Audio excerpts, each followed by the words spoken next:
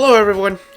No, I'm just kidding. What's up guys, it's me, G. I know you haven't heard me in a while, and if you're wondering why I'm in the Tower of Double Trouble room right now, and I look like fucking Slicer, one, I'm just in here because it looks cool, and second, my Halloween costume, bro. Anyways, this video is basically part 1 to a series of videos on how to work with the JToH fan game kit by EDCDE6 or whatever the fuck, but the original creator was Fan of Pixels. EDCDD maybe just kind of took it and changed some stuff, I guess. This first video will basically show how to set it up, like the basics. We're not gonna get into any of the nitty-gritty shit. You gotta learn how to set it up first before you can do anything. So yeah, let's head over to the studio and do our thing. Okay, so once you're in studio, and a lot of people make this mistake, I've seen people make this mistake, they choose just base plate, but no. Normal base plate, this modern base plate, it breaks jump power, and also speed boosters. Trust me, I know from experience, I've had people complain about this. Well, not complain, but like tell me about this, so you want to go with classic base plate when you're making a fan game.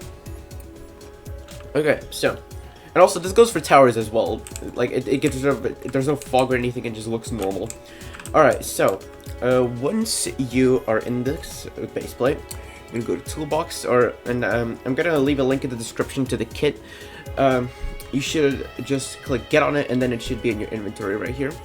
Also, one thing to mention, if you're not experienced with studio and you want to make a fan game, do not make a fan game yet. Please get some studio experience before you do this. Trust me, it's going to make things a lot easier for you and for the people who are trying to help you if you're having any problems. Speaking of problems, if you're having any problems with the fan game, I will leave a link in the description to a server where me and others are active and will help you with your problems in the server. There should be a forums channel there, and you can submit your problems there, and mostly me, like I'm the most active guy there. I'll just answer your questions and stuff. Okay, so back to what we were doing. So you're gonna want to find the kit. It should be somewhere here. Yeah, there. It should be just called Fan Game Kit, and it should look like this. And just drag it into Studio, and there you go. So this is the kit. Now you can close Toolbox. And yeah, okay, so now it says to ungroup Control U, so press Control U to ungroup it, and there you go. Okay, so now you're gonna want to set up everything. It might look set up already, but trust me, it is definitely not. You need to put scripts in the correct places and stuff. So let's start. Lighting stuff, color correction, put that in lighting. Lobby you leave here, markers you leave here, portal frames you leave there, portal hints you leave there, portals. Replicated storage stuff, get all of this and put it inside replicated storage. Okay, next server script service stuff. Drag it and put it in. Server storage stuff. Drag it and put it in server storage. Starter character stuff, starter character script stuff. You just put that in starter character scripts. Starter GUI stuff in starter GUI. Starter player script stuff goes in, of course, starter player scripts. And starter pack stuff, this is optional. There's like they have like the classic boost items, vertical mobility, and bootleg coil, and also of course heal and no clip. This part's optional. I recommend doing this once you're first like testing out your fan game and stuff. Like you want to test out towers and stuff. I recommend putting that there for now. But once you release it to the public, you could just drag it back into the folder, and if the folder doesn't exist, you could just keep them somewhere in workspace. I don't know, or you can keep it in server storage. It's wherever, just a place where people cannot access it. All right, and team stuff. You could just drag that into teams. If there's no teams folder, then you can go to model, and then service, and then you can insert a service from here. Okay, so now that you've got all that stuff done, you can just delete all the empty folders, because you won't be needing them anymore. Okay, so, yeah, now it's basically been set up. So, let's play test it and see. As you can see, we load an R15, which is a problem. So, I will show you how to fix that. It's very simple. You can just go into game settings. First, you have to save to Roblox. You go fan game kit tutorials, and yeah, you can turn on team create. I recommend turning team create on just in case you like get disconnected or something and it wipes your progress, because team create keeps progress no matter what. Devices, you can just check whichever ones. It doesn't really matter. It should be compatible for everything. Then you can just click save. And then it's going to teleport you to the team create version of this. So you just gotta wait for that. And there we go. Now we are in the team create version of this place, or in the game.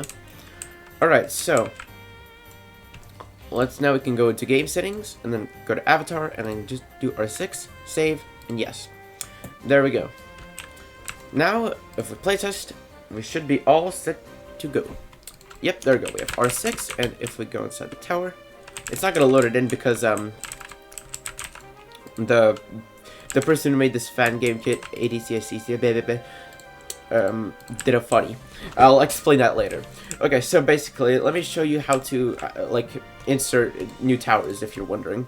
So each tower, it needs to have its own separate folder in the towers folder, like this main towers folder right here.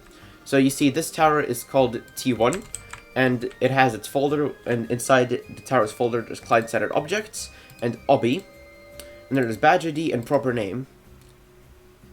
And you can also see the frame model and spawn location. Spawn location needs to be a normal part, not a actual like spawn location part. It just needs to be a regular part, okay? Keep that in mind. And you also need to have the badge ID and proper name values here, otherwise the game will break. Alright?